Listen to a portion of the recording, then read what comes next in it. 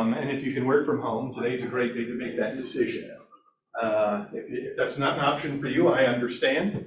But for those of you who did make that option, again, I think it was a super solid way to work through the day. Now, if you were here for last team meeting, I was not, but if you were, one of the cool things that did happen is I think they had some trouble with the keyboard. And it turns out that that's going on again, but the difference is you have somebody who can sort of fix it. So we're ready to go, and we're going to start talking some stuff. I do want to talk about bucket fills, and I want to start out with that. I'm not reading from the bucket this week, but I do have a couple people that I think I really want to mention today. I know when I got here, seriously, a lot had not been plowed, snow very deep, and I see Derwayne outside with a shovel helping one of our folks get into a spot. And Derwayne's heart is 100% in the place that we all talk about being. And seeing him out there and doing that was amazing. And I really appreciated him immediately jumping in, no question asked, just jumping in and doing the work. And then the cool thing is I turn around to go back to figure out what I'm gonna do with my car. And there's Chad Skluzacek helping out another person who doesn't even work at Keller Williams, just there in the lot, digging them out, pushing them through, getting them to where they needed to be. So I just want to take that moment. When I think of bucket fills, when I think of what it means to be a Keller Williams agent, recognizing an issue, taking care of it, and putting your heart first and taking care of the issue is a huge thing. So I want to thank both of them today, Chad and Derwayne, for helping out the people outside. Great job on their part, and super excited to be in business with both of those folks. And I'm sure each of you who are at home today have given thought or been out there, had the opportunity. We've all done similar things, but I just happened to catch them today, and I wanted to recognize them for that today, because it was a big deal to have that going on. But we do have profit share, and we would be passing out checks, but I left them on my desk, and they're exactly, more people on Zoom than there are here. So I'm not gonna hand them out because it seems a little funny, but Lisa Brainer, you have a check in my office. Bunch of you on the thing there have a check in the office, but it'll be in the mailbox for you.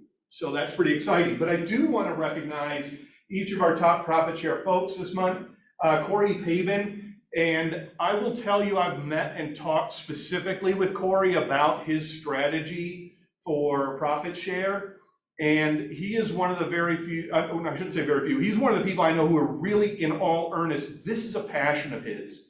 And I bet he'd be willing to share what he's doing, because it's obviously paid off for him in hitting a top spot this month. Jane Tudawal, Steve Rawl, Derwayne, Carly, Amber, Shane, Chad, Colin, and Laura Pitson. That's a great crew, and I'm glad to see everybody up there for profit share doing their thing and winning in that way. Campers, Chad, I know you're here. I saw you digging somebody out, but I don't see you. So I'm not giving you your bag, I'm keeping it. Congratulations on camping. Fantastic, we're always great to be in business with you.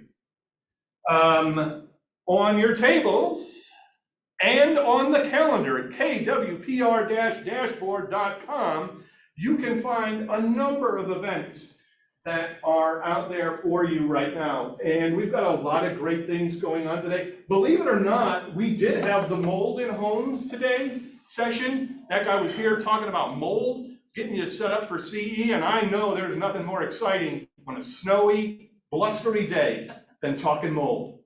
And man, was he there. He did a great job, I'm sure. I was too busy digging to find out about mold, but I would have been. But 2 weeks from today, carbon monoxide. We're going to talk about that. And if that won't be a gas, I don't know what will be. Not even a chuckle from Jamie. Come on, man. Just trying to impress him. As well, check out that calendar for the upcoming events. Now I'm going to have Jamie talk about some specific events that are coming on up in the next month and a half or so.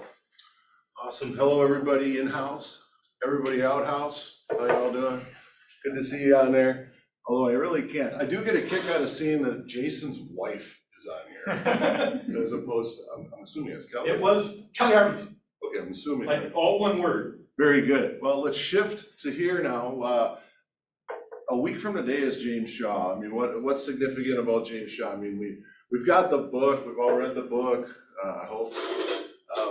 Those of us who have already been through a shifted market, you know, yeah, we can relate, relate to those, encounters and changes we made back then. Well, James got through the shift as a realtor and as a team leader himself, and he thrived through it. Now he's mastery faculty, and he's from Florida, and he's coming here next week. Think of that. That's how impressive for me that the reputation Olivia has created in the Keller Williams nation, not just here, that he's willing to do such a thing for us. Can't tell you what to do with your money, what not to do with your money. You know, we've had Bold, we've got other opportunities to come up to invest in yourself. To me, this is as great of a way you could start with your year. You know, 2023 officially for us really started in October, preparing for now. However, this is a perfect opportunity for you to add on to that, or if you did slack a little bit, which we're all inclined to do, this can help you do some makeup work really quick. The other beauty of it is that it's not just a lecture. So you're actually going to be a workshop. You're going to be putting things into action. And information is great, but without action, knowledge is power. But without action, it's powerless. So please come to talk about profit share real quick too. Invite a friend. You know, there's a lot of people who need this. There's a lot of other companies who are reading the shift book right now. When I'm out there talking to them, they're reading the shift book. They would love to be here. Bring them. That's just opportunity for your profit share too. And you're helping out the industry. Why don't we hear from the man himself? Market is hot and everything is sell, right? Where is it? I'm going to be Matt's coach and KW International Master Faculty. And the truth is, we are shifting. We're seeing signs of an economic shift and a shift in the industry. And the question is, are you ready? Gary Keller told me recently that the way that you get ahead is to act like the market that's coming, not the market that you're in. And this means taking a different look at your lead generation and lead conversion and expenses. It means understanding your value and how to share it with others so they choose you. If you wait to adjust until after the market shifts or new players come in, it's too late. As Gary says in the book, now is the time to shift. Now is the time for you to shift, and that's why we're bringing this Shift One Day workshop to you. It's designed to help you thrive in any market. You'll learn how to recognize a shift, how to make strategic course corrections, and you'll learn how to compete with new companies who are attempting to come in and take your market share. I was a team leader during the last shift. I saw good agents get out of the business simply because they weren't ready. We went from 110 agents to 89 in 60 days. That doesn't have to happen to you. The tools and systems are here, and it's up to you to learn, master, and implement. The truth is, a shift is an opportunity. It's an opportunity for you to make the decisions that allow your business to take off. So see your market center leadership about details of where we're going to be there and when, and I'll see you at the Shift One Day workshop.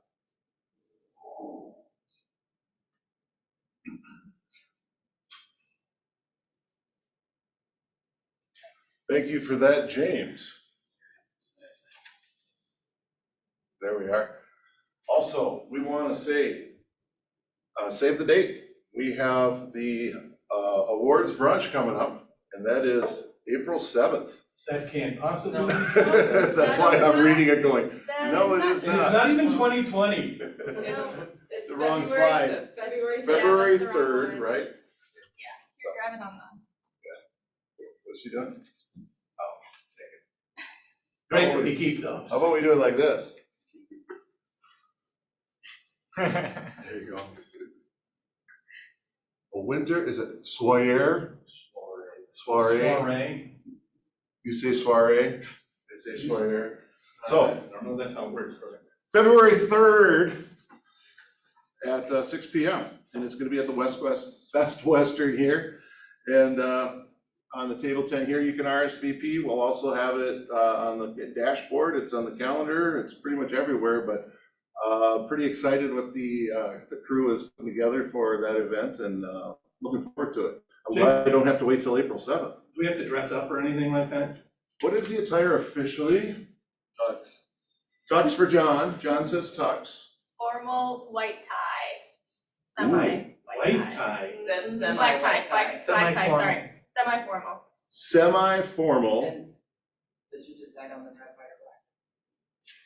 Yeah. And red, white, or black colors preferred. just to Can you make break down what semi-white tie means for a guy who wears hiking shoes everywhere? Yes, we can. We'll order your tux.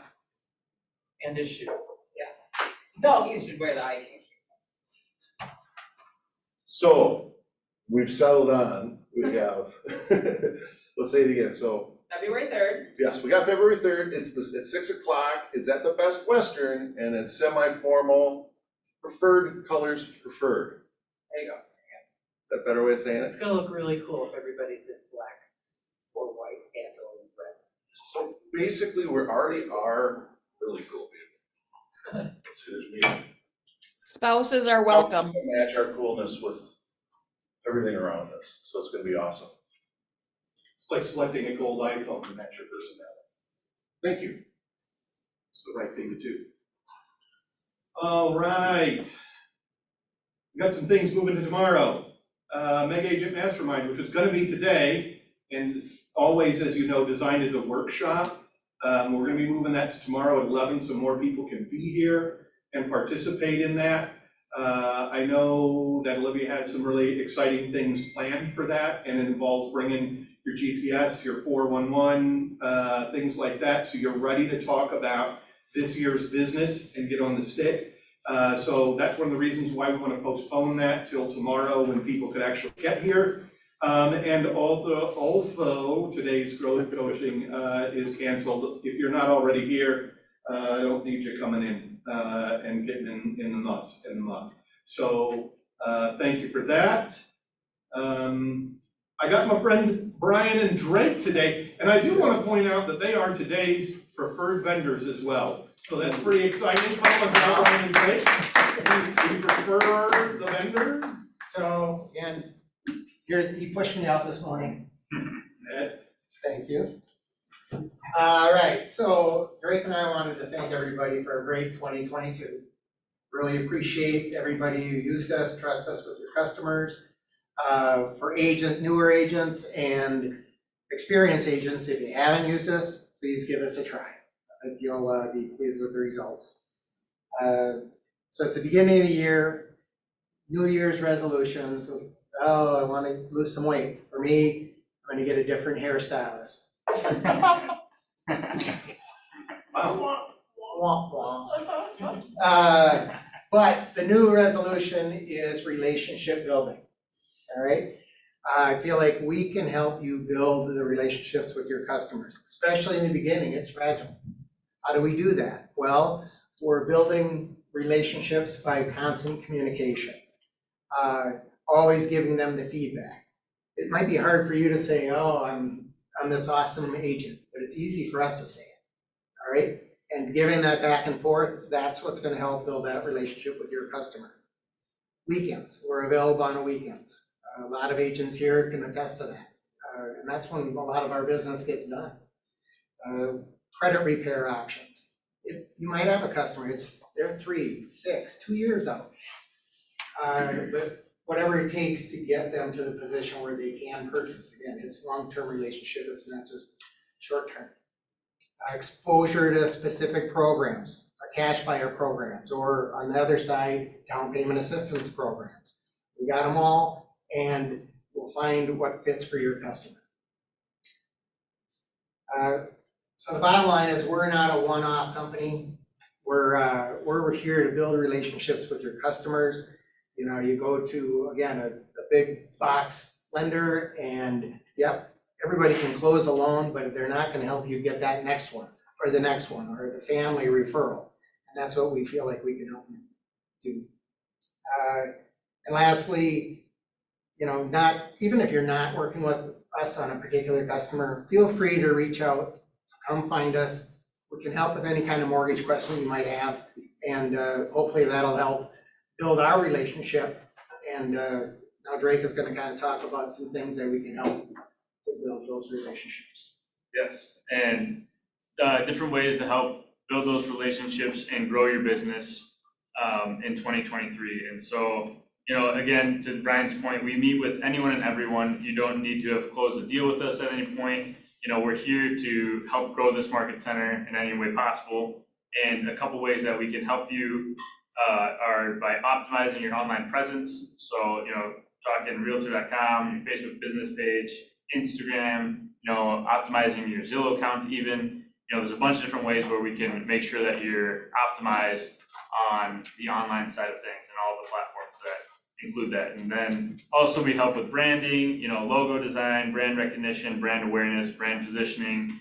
I've learned Command like the back of my hand since it was developed.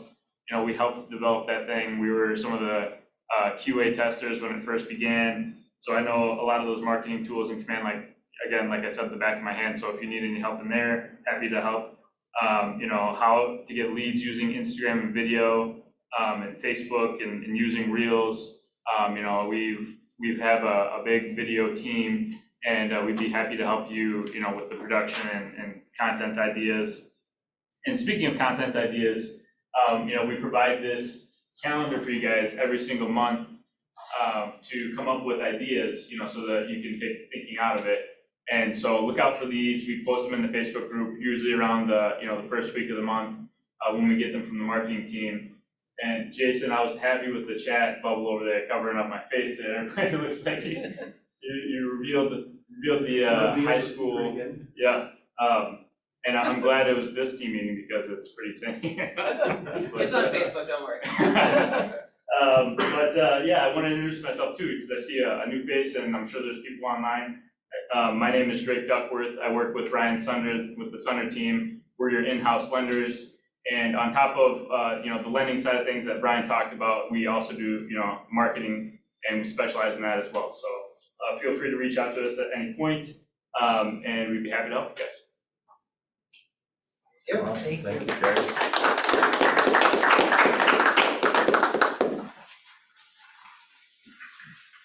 Hey, real quick, before we jump into this, I just wanted to share, you all remember when Aaron Kaufman was here? That was my first big event. That was exciting for me. One of the things that he said about Keller Williams that stuck with me is, for those of you who don't know, Aaron Kaufman is the profit share guru. I don't know what his official title is, but he was great. We actually got on the boat with him, had a good time.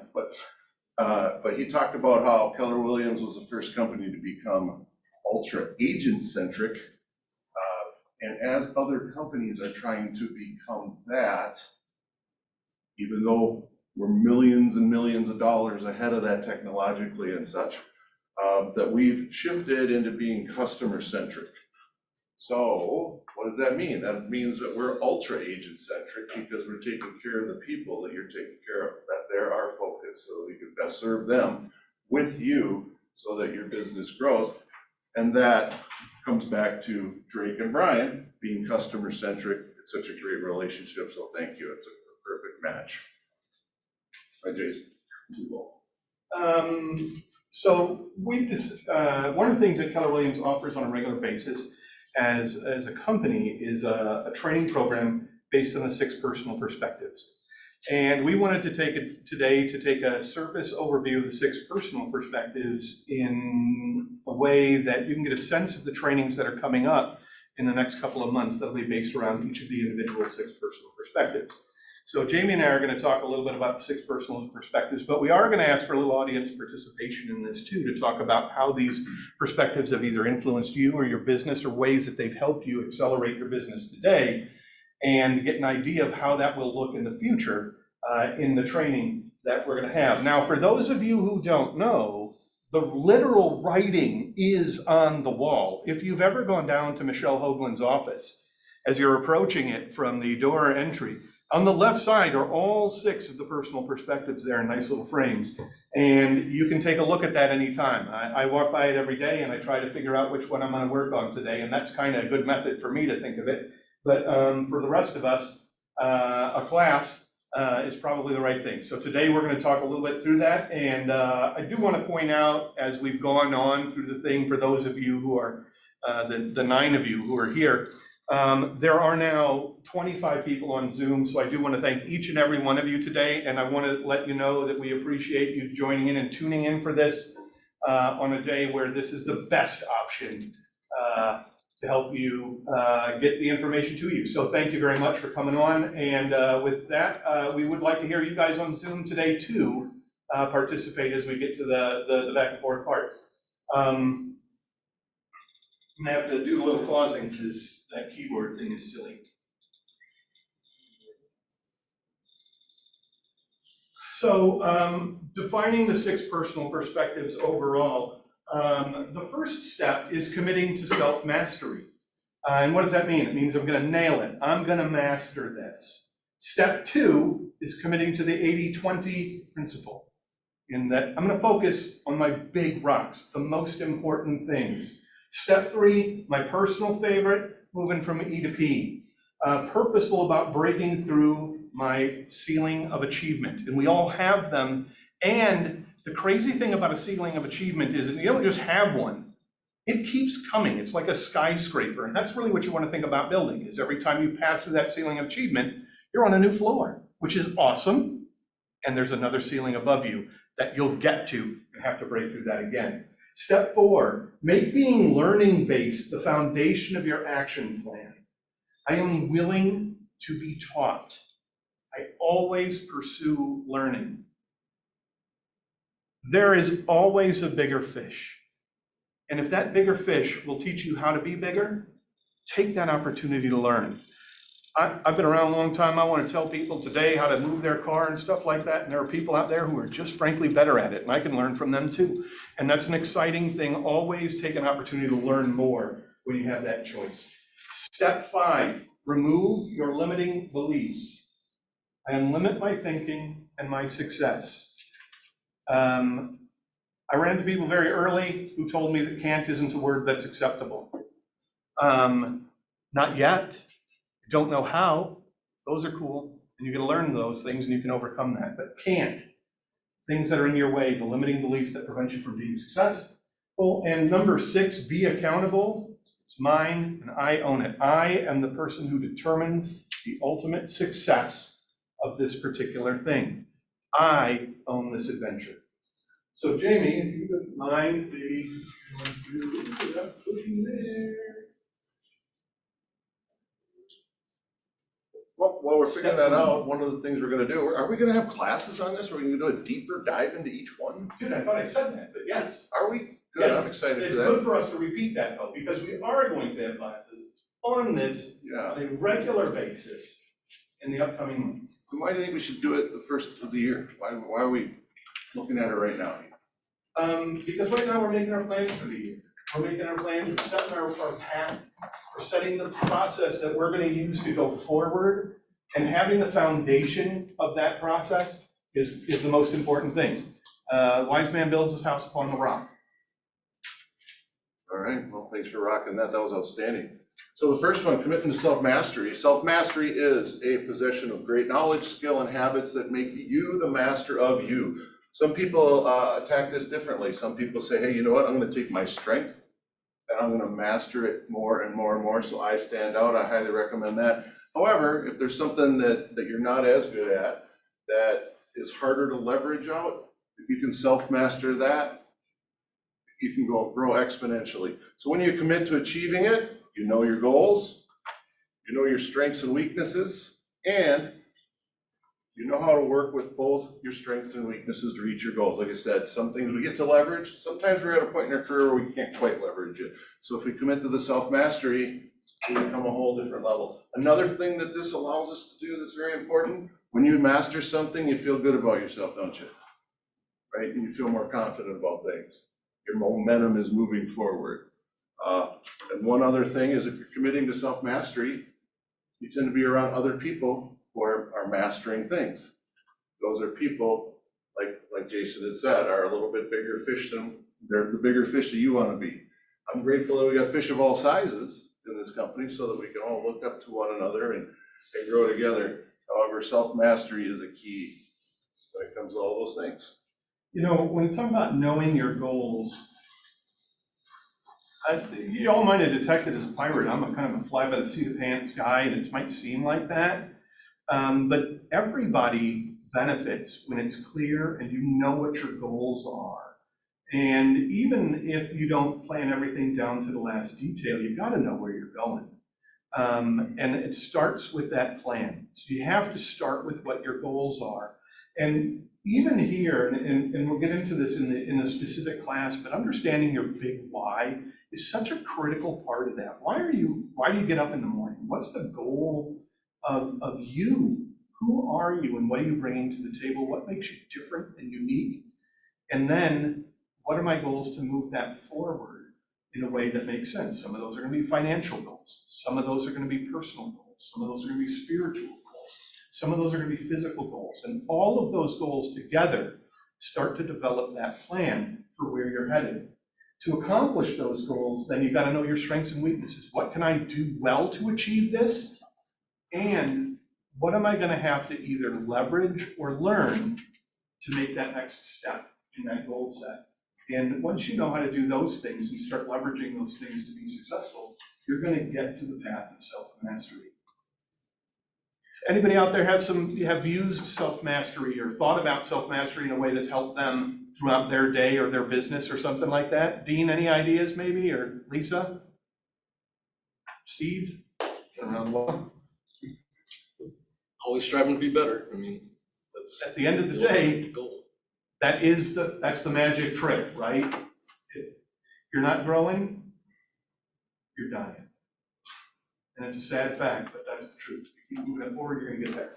So, Yeah, Jason, I'll add something. I think that you touched on it, your why has gotta be stronger than any no or any challenge you're gonna get. You have to expect, failure to come because that's how you grow. But I think the self-mastery plan is the habits. Your habits have to change, and Olivia said that to me a couple weeks ago. You have to have the habits to have the business that you want. And if you don't change that or work on that, you're gonna hit that ceiling. you know, and I love that you said that because it is the habits, and there's a part to that you know, we're not perfect. We're not gonna hit it every time, but the habits are what help us through that process. One of the things that, depending on who you listen to and the different speakers and things like that, one of the best things I ever heard is, and it sounds like straight out of a horror film, but discipline is freedom. But once you have the disciplines to be successful in your life, it frees up so much time and bandwidth in your life to make other decisions and do important things.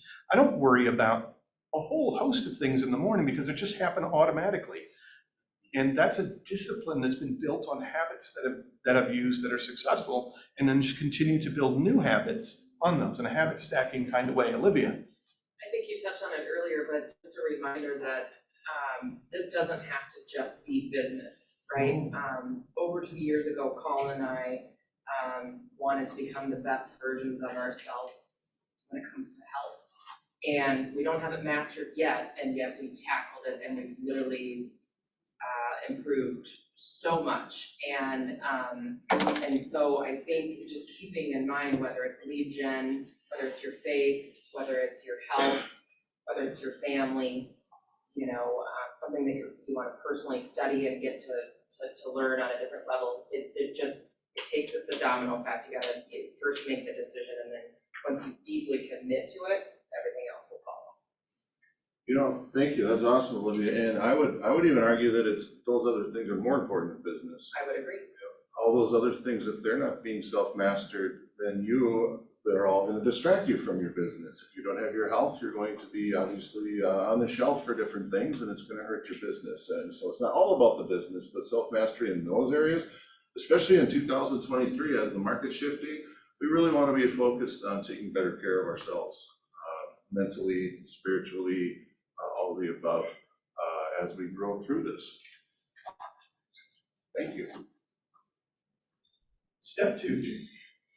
We're committing to the principle of the 80-20, and there's a pattern of predictable imbalance and and it's called the 80-20 principle.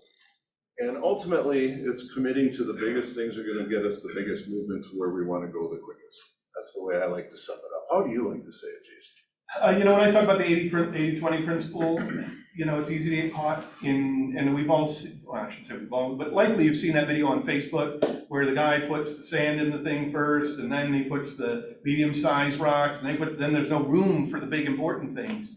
And when he does it the opposite direction, the big rocks fill in the jar, the smaller rocks fit in around that, and then the sand, the small things in our lives, go in last, and they can fill in all the gaps that are there. But if we put the sand first, it just takes up so much room.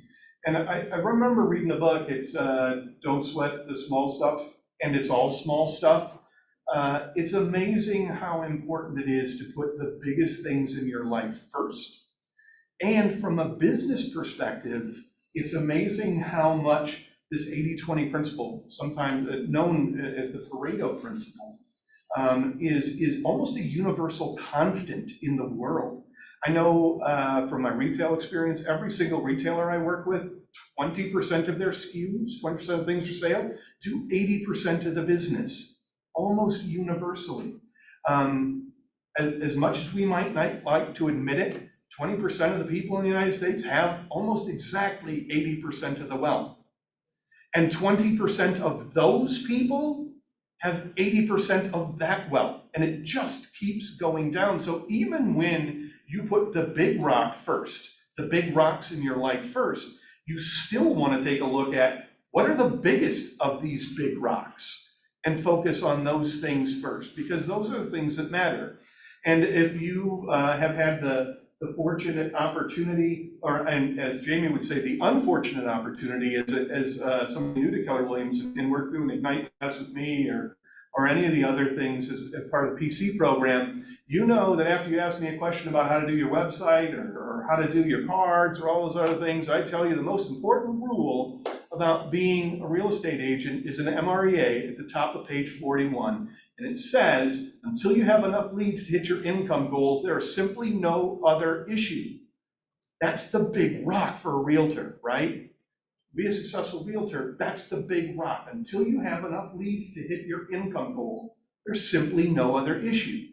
And think about defining your personal life in that same way. What's the big thing that I've got to do today, tomorrow, and the next day to get the life I want? What's the big thing I've got to do in my spiritual life? What's the big thing I've got to do at the gym to get my physical self in order? What do I have to, what's the one big thing? And then keep breaking that down to the one biggest thing from there. That's an 80-20 for me. It is an 80-20. I remember when I was a realtor, and it's probably true in all areas, but you guys will attest to this, but 20% of your clients will take up 80% of your time, right? You'll have those that just for whatever reason, they keep going and keep going. And sometimes for our own sanity, we have to decide, okay, do I want to deal with this or not?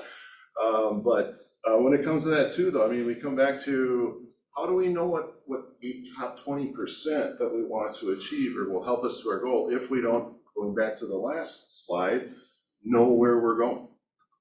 So those of you who got here today, or those of you who are going anywhere in the near future where you don't know exactly, you're not going to just jump in the car, and if you don't know the address you're going to or your destination, you're not going to just drive around. I mean, it's fun if you got a fun truck out there today to go cruising around, but you're not going to just drive around aimlessly, I hope.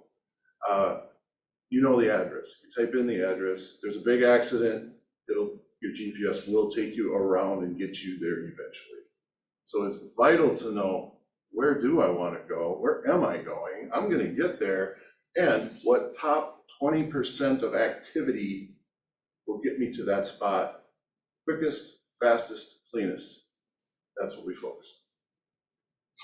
The examples out there, 80-20, Zoom. Anybody out there has got an 80-20 example that they've used or applied in their lifetime?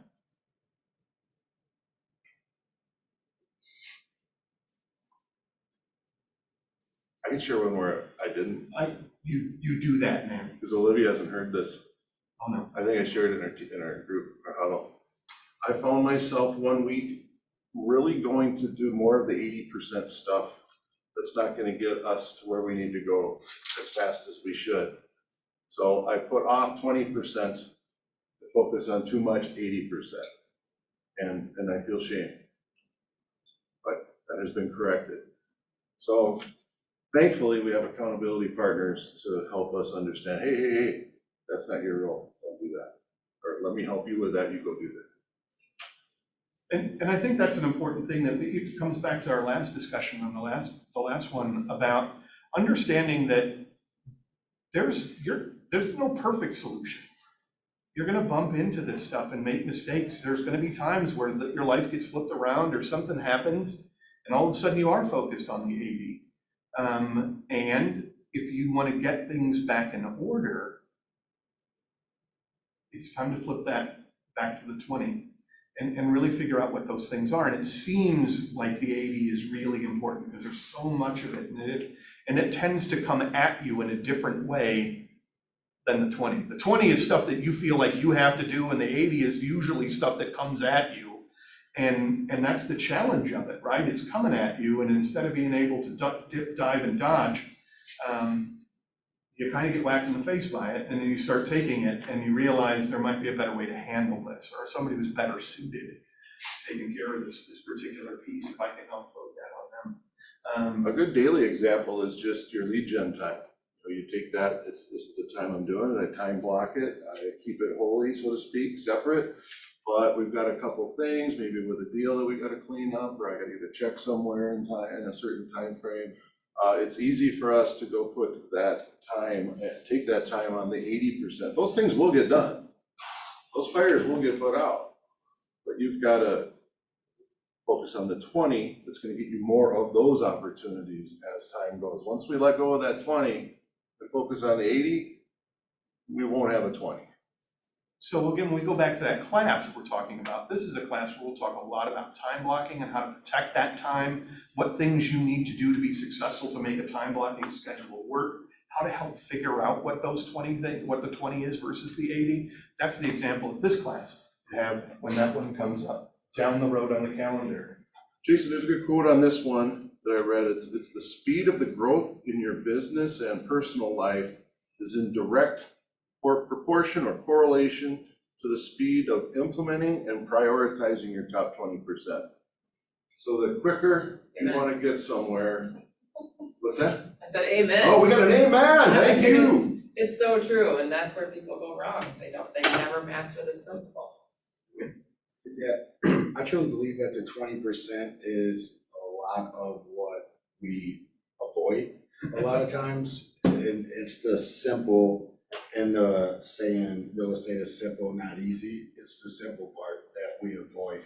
So, I mean, yes, your lead gen, it's your time blocking, it's, you know, all the things that's going to bring you all of your results, and yet we avoid it. It's the frog that needs to be swallowed, where they tell you to swallow the frog, right? It's, you're doing all this busy work because you don't feel like lead genning, you don't feel like, you know, hopping on the phones today, so make yourself seem like you're really, really busy, and you're doing all the stuff that's not gonna bring you any business. So, I mean, it's really that simple. It's the 20% is, it's simple, not easy. It's the simple part of it. It's the swallowing the frog. It's all the stuff that we're constantly avoiding, and the reason why our business isn't growing. So, Look at, we get there. Amen, and I'm gonna buy you some frogs.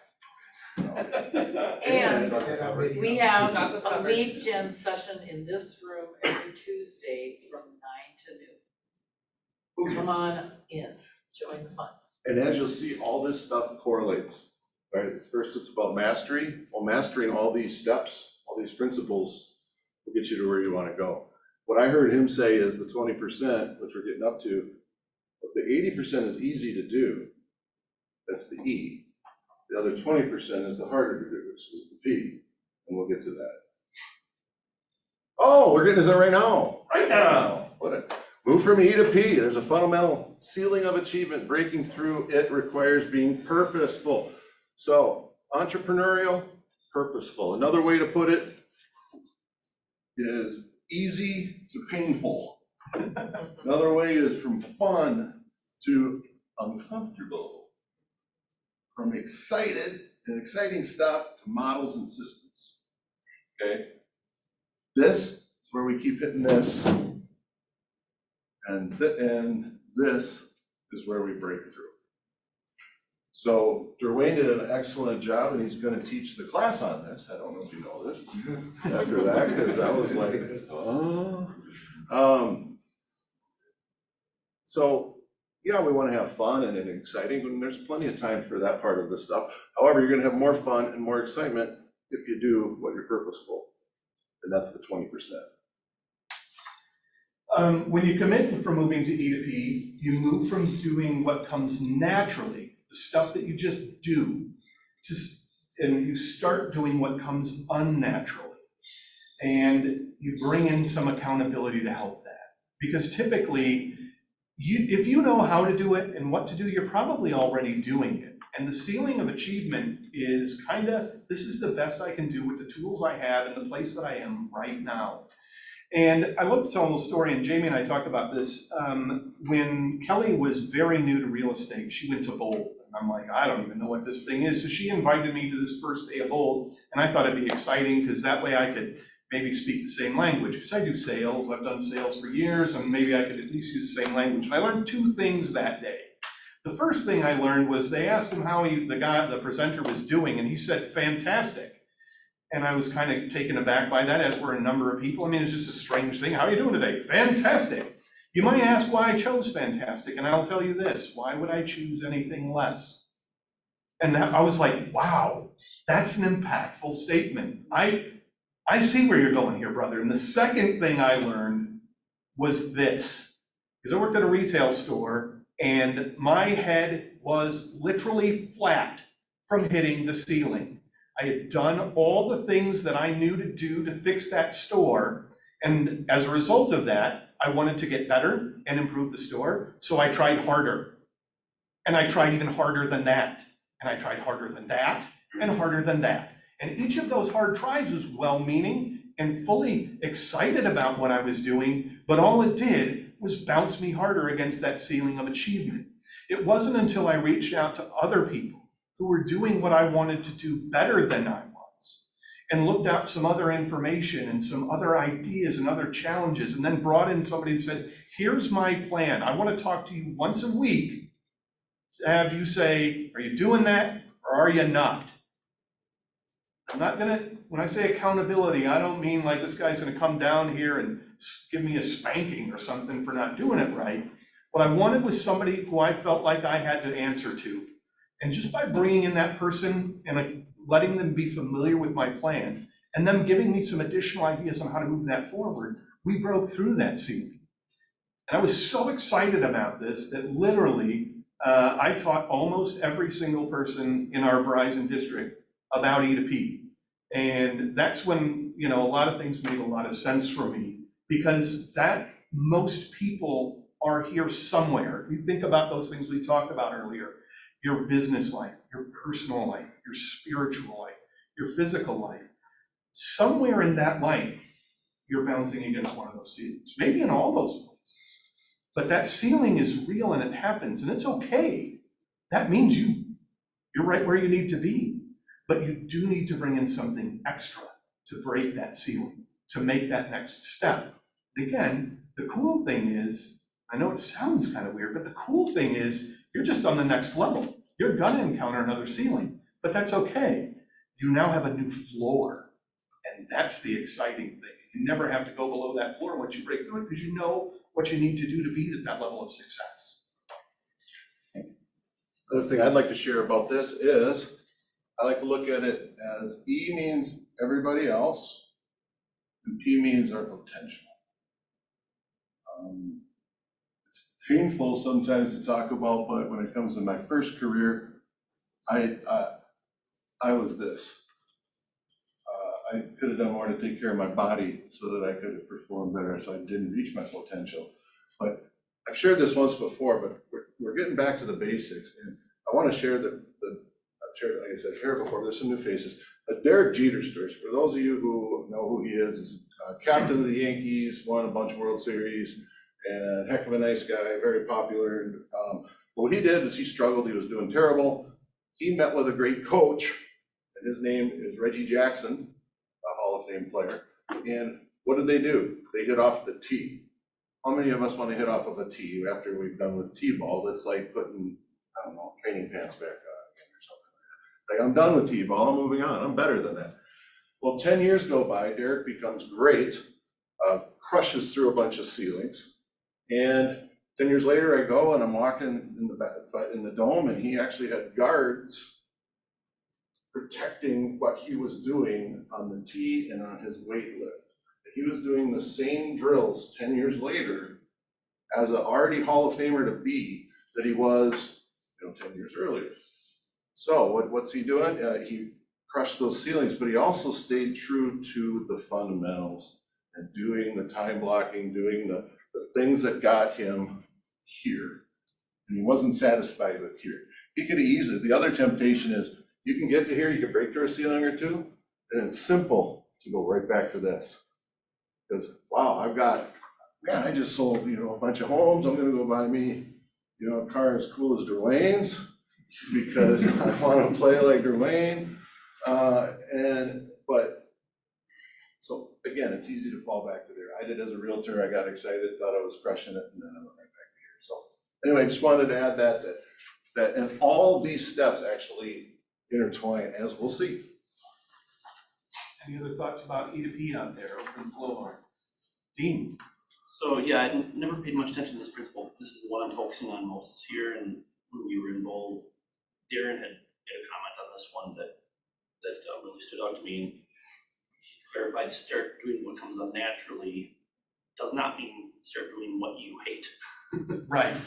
And I'm kind of like Jamie, I'm a big dumb animal too, and I'm only really gonna I'm only gonna do the things naturally that I like to do, or I have potential of being really good at. The things I know I'm gonna suck at, the things I know that I'm not gonna be a cold caller, because I know I'm not going to show up and make that my 20% every day. Nature kicks in, and no matter how many goals I set for myself, it's just not gonna happen. So I think doing what comes unnaturally is super important. But I think just to clarify that, I mean, really find, kind of breaking through that ceiling by finding the things that you wouldn't naturally do, but you want to, right? So you want to, like for me, I've been experimenting with door knocking for the first time in my life. I got addicted to it. Like, it was fun. You keep showing up out of nowhere. Yeah. And that's a great example. I love you sharing that, because it shows the art, and it shows the art of understanding the failure piece, and then going out and figuring out how to then, what does that mean? What am I gonna do about it? I'm gonna try something new. It's unnatural for me to door knock. And then sometimes you find out it's the best thing ever. Dwayne? I mean, this is a conversation that Olivia actually had with me, probably towards the end of my first year in real estate. And she was like, well, I just don't want you to hit this ceiling or whatever, as far as like doing what's natural. I mean, what's natural for me is just talking to people just in general, and reaching out to the spirit and everything like that. But the way that I kind of took it when she said it, because the conversation was more surrounding by like, hey, you may need to get some leverage soon and hire someone because you're growing fast. So I kind of look at that P as almost as like leverage as well, depending on where you're at in your real estate business. Because yeah, I'm the type of person that I can tell you what to do, like 100%. But if it's super unnatural or you're uncomfortable, it's like, how much are you gonna do? How much am I really gonna go organize a 36 touch through command and like take the time? No, not even a little bit, right? So even though I know it's important, I know why it's important, but am I personally gonna do it? Like, no. But like, being able to get someone in a different mindset that's like leverage and stuff like that to kind of change the business, with processes and systems and stuff like that is more kind of how I kind of looked at it at that time. Is like, yeah, you're gonna do what you're gonna do naturally, right? That's E. And your ceiling might be higher or lower than the next person with that E. So it all really just comes into place of, or come into play of when, you're gonna move to P and like how do you do it. So Thank you for sharing that. And you were able to leverage that out. And Dean, maybe you and I can get together and we could master you making some cold calls. He's like, nah, we're not gonna. Or, And, or we can learn about step 4. What is step 4? Oh, make being learning-based the foundation of your action plan. A learning-based individual is an individual who has made the decision to use effective learning as the foundation piece for their action plan to develop their life. When you commit to being learning-based, you move from knowing for knowing's sake to learning for doing or earning's sake. And as a result, you increase your productivity and enlightenment. Look, we've all probably been on the internet and started looking to find out an answer to a question. And then we're looking at monarch butterflies, and then we're on vacation in Mexico. And then before you know it, we have some weird thing going on TikTok. And that's kind of knowing for knowing's sake, right? You're going there and you're just kind of drifting along and picking up different things. But when you have making learning-based the foundation of, when you've done that, made that the foundation of your action plan, you really have put yourself in a place where your focus is on learning what you need to know and how to apply it. And you really minimize and focus in on those elements to be successful. Well, once you stop learning, you stop earning. Again, to bring baseball into it, Paul Molitor is a Hall of Famer who kept asking us questions as rookies. And it's like, we know one small percent of what you know. And I'm like, one day I'm like, why do you keep asking us questions? He's like, there just might be some different perspective and something I don't know. Really, that's how Gary Keller created Keller Williams, right? Meeting with as many agents as possible to gain understanding, to gain perspectives, and he still does it. He did, when I was on a call one day, he met with 7 different agents in that day. I'm like, oh, dang. He's doing what Paul Molitor was doing at the end. They're both Hall of Famers. And they never stop learning. Let me give you a quick example of how this works in a day-to-day real estate agent's life. If your action plan is to get a listing, let's use that as an example. Your action plan today is to get a listing, and you've been on any of Colin's script calls, always, always, always asking questions. He is always coming from curiosity to understand the client's motivation, what they're about, why they're interested in moving. That's being learning-based. That's his action. The actual action is to take what he learns about them and present that in a factual way to help them move that forward. And if you listen to any time he does that discussion, he is always going back to what he has learned from them about why they want to do what they do, and then presents that and reminds them of those things. And by being learning-based, even in the smallest place like that, we also call that coming from curiosity. He wins every time. I mean, anytime you listen to one of the script calls, you're like, wow, I'm ready to go. I need to go talk to somebody right now, which means it's time for us to move on to step 5. Every time I want to click the button and it doesn't work like that. Step 5, removing your limiting beliefs. Well, high achievers remove beliefs from their thinking that hold them back. Okay, high achievers. So being around bigger fish is a good thing. People who are going the same direction. I just wanted to kind of parlay that back with, if you're looking for opportunities to learn, and you're going to see a lot of the same faces that are showing up at these places, opportunities to learn. So you're putting yourself in a group of people who are going somewhere. And they will also help you get through these limiting beliefs. Take the time to examine the reasons. What's holding you back? What's keeping me from doing X, Y, and Z? Why does this little fear light pop on? And what steps would you take to remove the belief?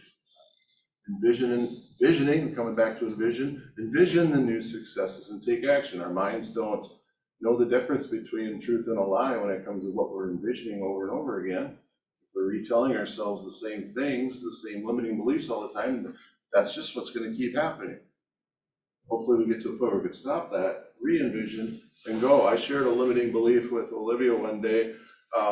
There's a principle of if the car might have the greatest engine, but if it's smart enough to know the brakes aren't so great, it's not going to reach its maximum speed.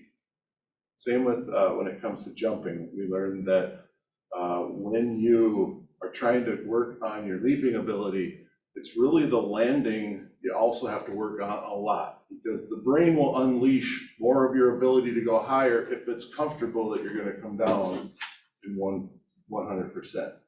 So sometimes I have a limiting belief that if certain things aren't all in a certain place, I don't achieve as well, and that's a limiting belief.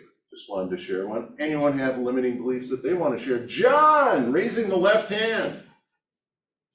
Yeah, I had one once upon a time when I was a young realtor. 3 years ago? Yeah, no, Last like weekend. 19 years ago. So my limiting belief was I had to have everything perfect, everything quiet, or I couldn't get on the phone and prospect. Everything had to be just perfect. Not that I didn't prospect, and I did. I was on the phone every day at 8 o'clock in the morning, did my prospecting time, but I always thought everything had to be perfect, had my bunker, doors had to be closed. Then I went out to a Mike Furry event out in the East Coast. It was a prospecting school. We all were sitting next to each other in these cubes. It's like ready, set, go. You just spent a lot of money, do this thing. And I found out it can be a super noisy environment. I don't care. I can tune everybody out and make my calls. So it was a limiting belief that I broke through that helped me make a lot more calls and not be so perfect. It's not perfection, it's progress, right? That's awesome. Yeah, when we were at Mega Agent Camp, I was surprised at how many people left during the break. And it was noisy in the hallway and stuff, and they're smiling and dialing, no problem. And that's probably why they're Mega Agents. Thanks for sharing that, John. G, the Shovel King. Right, there you go. I had a limited belief when I first started that I didn't want to go door knocking because no one wants to see a big black dude in the suburbs walking up to their door. So I'm gonna just stay on the phone or whatever. And it was a true limited belief, but then I was like, okay, I just need to do it. Like, first, I think I'm better in person than I am on the phone. People are also more kind in person than they are on the phone. Like, the most kindest person can be rude because they're never gonna see you. They don't know who you are. Hang up on you, whatever. So I did it, and the first time I went out, I signed the listing.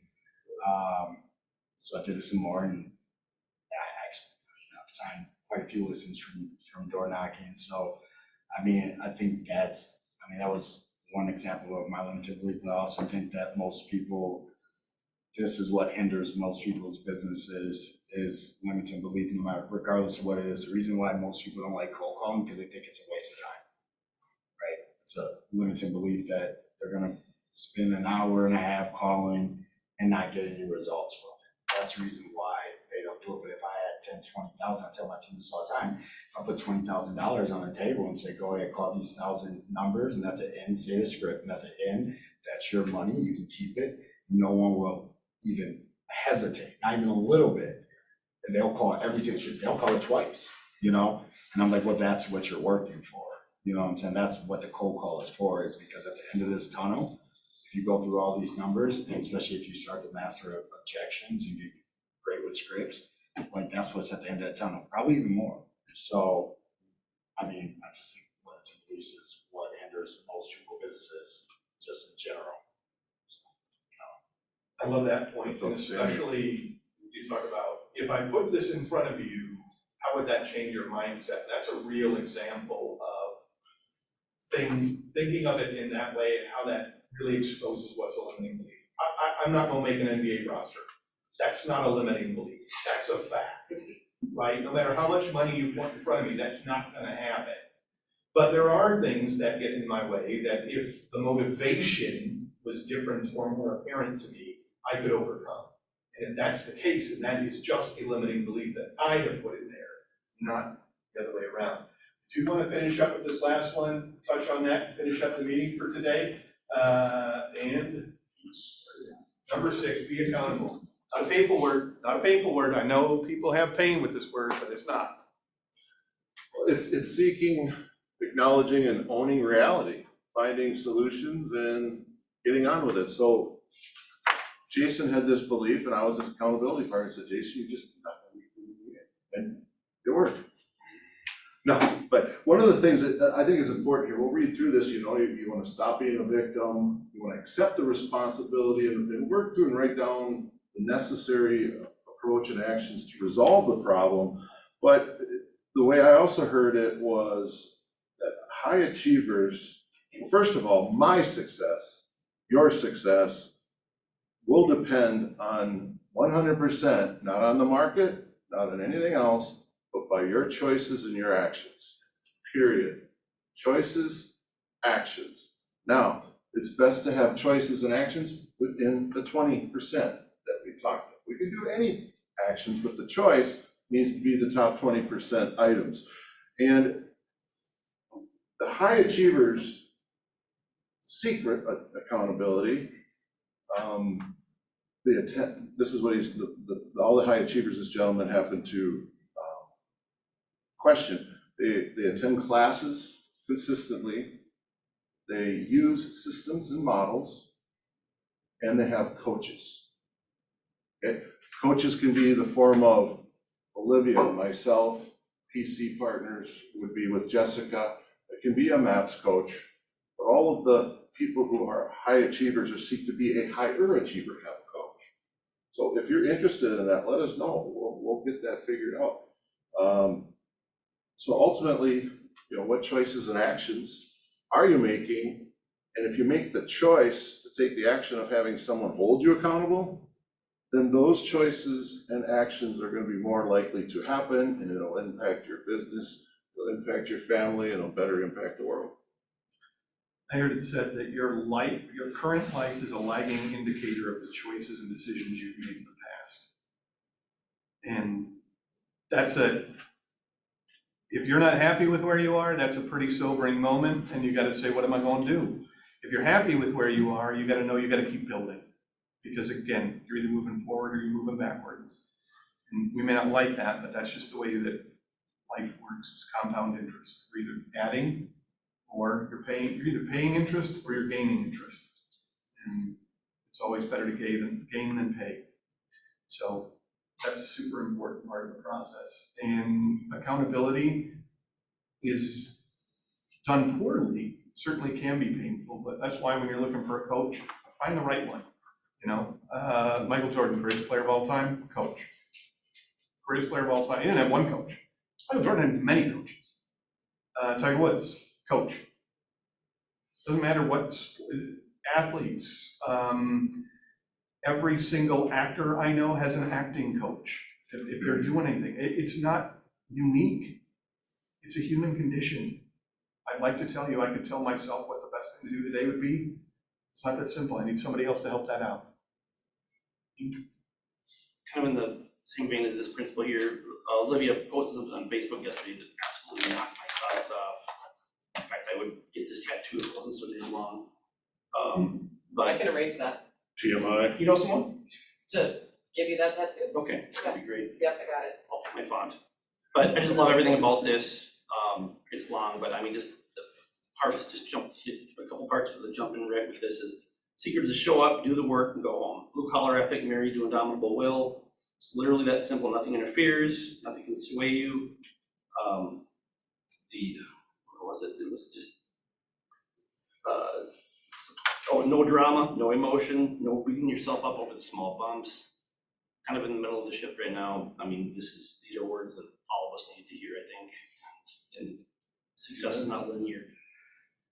There's like 15 good principles in here, but it kind of spoke to the choices and actions, showing up. Right on. That was Don't great. take that the wrong way on a snow day. It's good enough to show up Sundays. Yeah. Well, and one of the things I'd like to add with this too, thank you, Dean, is accountability is only painful if you're not doing it, right? Otherwise, it's a joy. I can throw this on the table and say, hey, look at all the stuff I did. What are you gonna say about this? Right? Olivia? I would love to just share this, and I'm not gonna Come mention on up, come on. who it was. No, I can be right here, but there's an agent that I was doing a coaching session with yesterday, and he has an ice fishing trip that he's planning on going on January 16th, and he goes on this trip every year. And so we sat down and I said, how did it go getting 25 people from your database? We wanted to add 25 people from when we met 2 weeks ago. He said, I didn't do it. And I said, well, then what's the point of even having a meeting today? So yada, yada, we get into it, and I said, if it's important enough, you'll have it done by that fishing trip, and if you don't have it done by January 16th, then you won't go on that fishing trip. He said, well, I can't do that, I already paid for it. And I said, well, you can still cancel the trip by not going, but if it's that important, you'll get it done.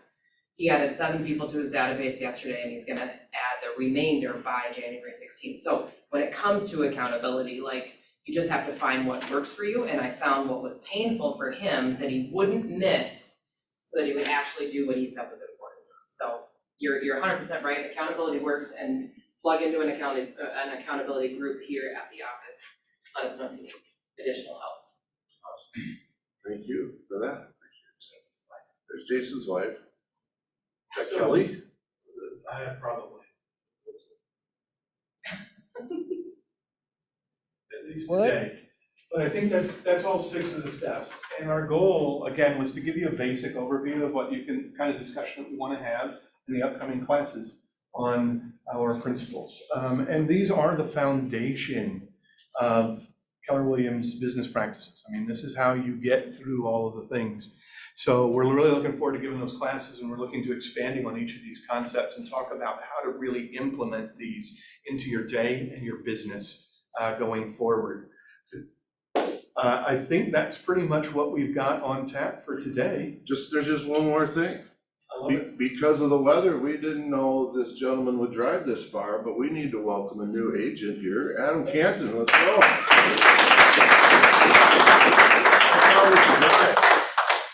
lot of good days for you. Today is about hour 10. Wow. And he's here. So right there, commitment. Great job, Adam. He's first in line with feedback. Awesome. Thank you for being here. We're excited for you, and all these people around you will help you, so love it. Thank you all. Please be safe out there. Make good decisions with your health first, and we will see you next time. Thank you all.